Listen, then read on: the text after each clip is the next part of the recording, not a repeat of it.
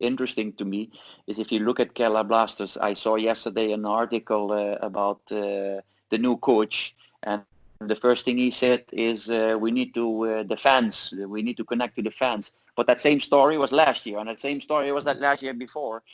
And what I mean is the new hope. It's always new hope. People have always this thing of, oh, now it's going to happen, and everyone gets excited again. But actually building things take time. It's not just, okay, we bring in the next new thing and he will make it happen. That's not how it works. So it has good things, but also at the same thing, you need to be a bit realistic. Yeah, in Kerala Blasters, so we have this running joke. I'm a Gokulam Kerala FC fan because they play in my hometown. So Yeah. there is a sort of rivalry, but as a professional who covers football, you don't get into all of these. But then you look at Kerala Blasters and see every year they make the same mistakes again and again and again.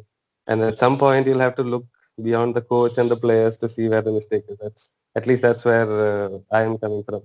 Because they have a stadium, they have the fans, everything is there Yeah. built for them. Fans But love it.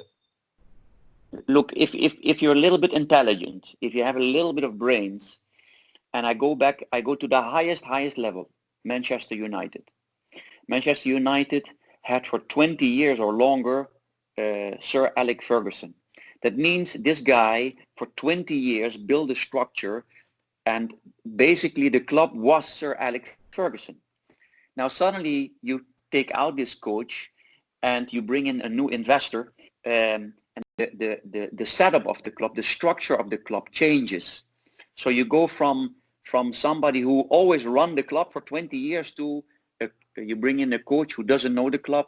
That means it will take time to rebuild it. Till today they still didn't, and we're already 5 or 6 coaches further. That means Mourinho, Van Gaal, what's his name again, the David coach from Moyes. Everton before.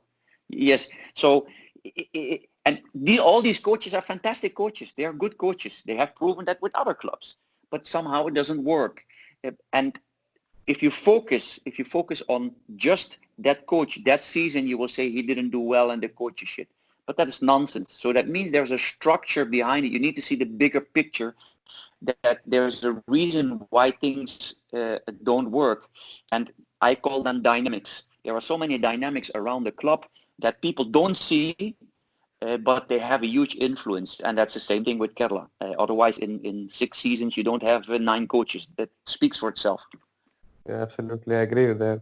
Another place that you coached in East Bengal, which is again a similar kind of club with a lot of coaches, Similar. turnovers. So what was your Same. experience I there? mean, East Bengal is really a fantastic club. You know, when you get at a club where you feel that everyone loves this club, there's a lot of attention, media attention, and it's a club.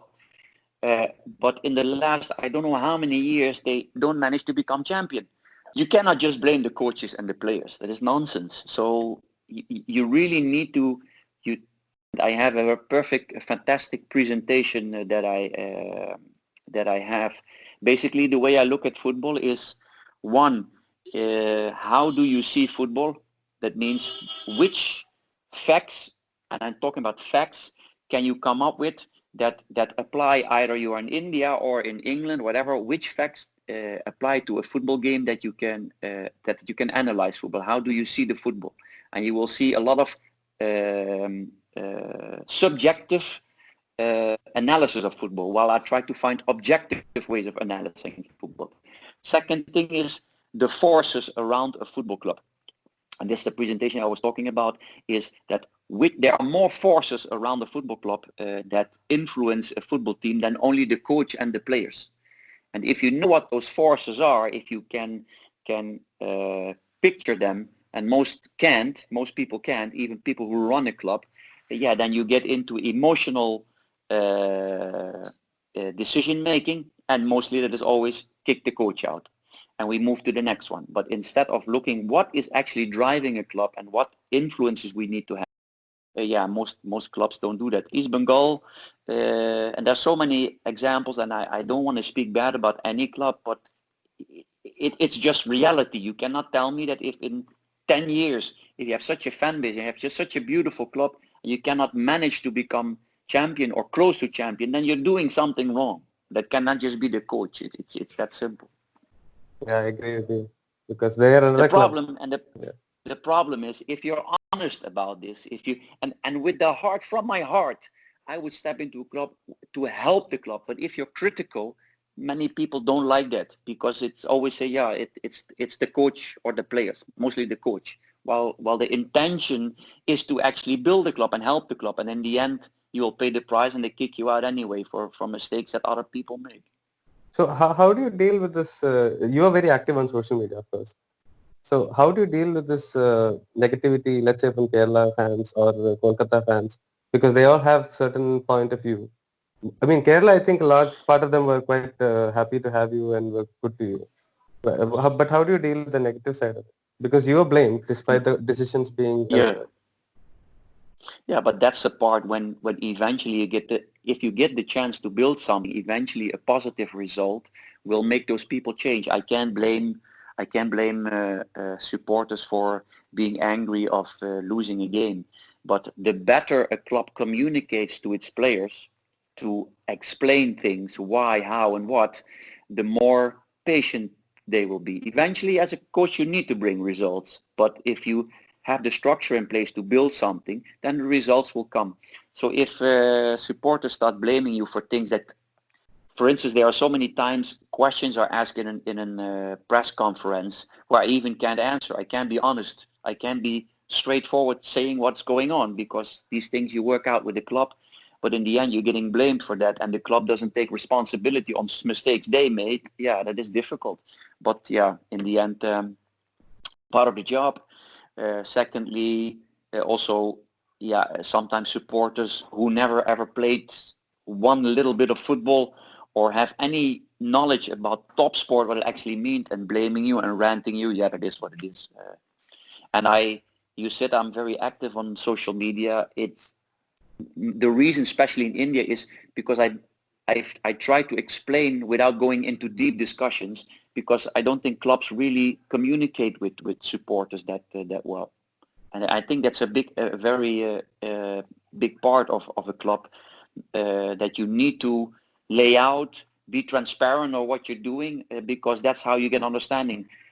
Communication decides the quality of your life. On one relationship, what you and me are now doing is having an interview, but at the same time, if you want to understand how I think, it's the only way to communicate.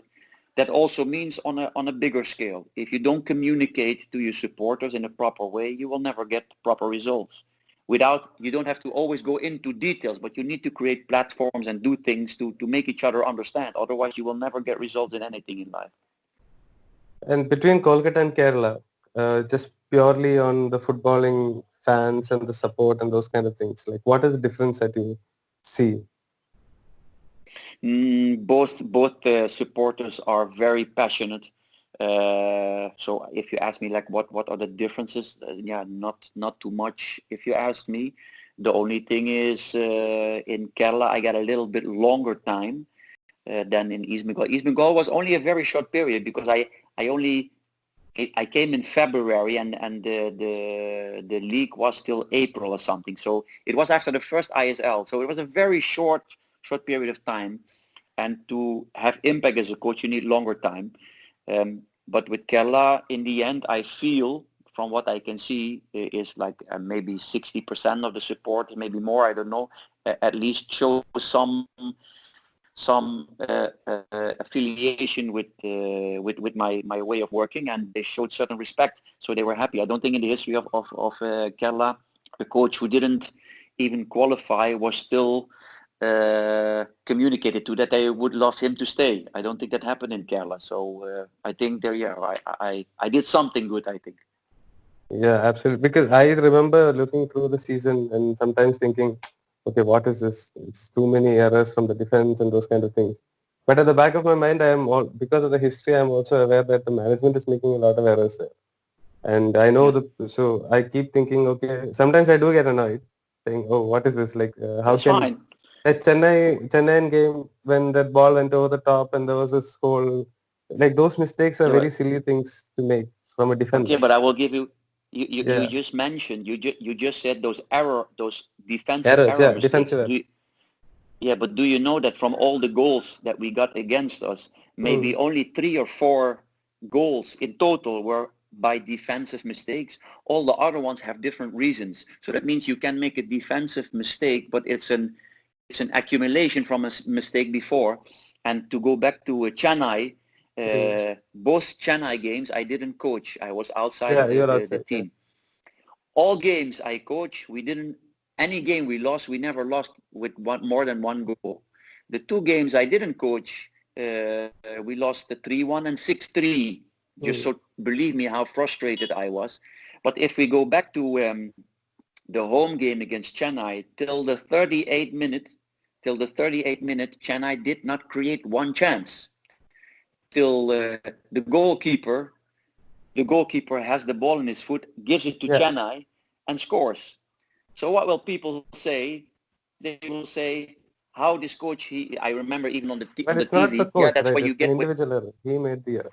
yes, but what I want to say is, even my goalkeepers, I never tell them to force them to play football. If you don't feel comfortable, you kick the ball forward. But then you get people starting, oh, the coach wants to do something that the players cannot do. Well, that's complete nonsense.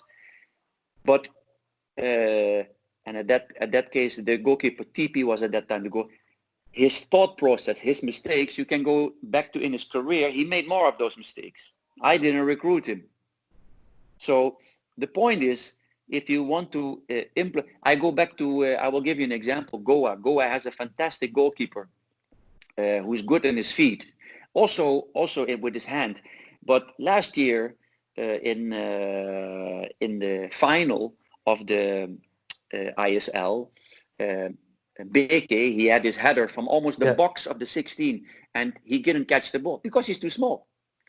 So what I want to say is, a goalkeeper is extremely important. He has the right quality to play. He is also a good goalkeeper, but he's not very, very, very tall. So he lacks there on that level to finally win the final. And what I want to say is, in this case, when we go back to our goalkeepers, all three goalkeepers, in my opinion, 2 were too young, and 1, he's a good goalkeeper, but makes always decisive mistakes. And that is something I don't control.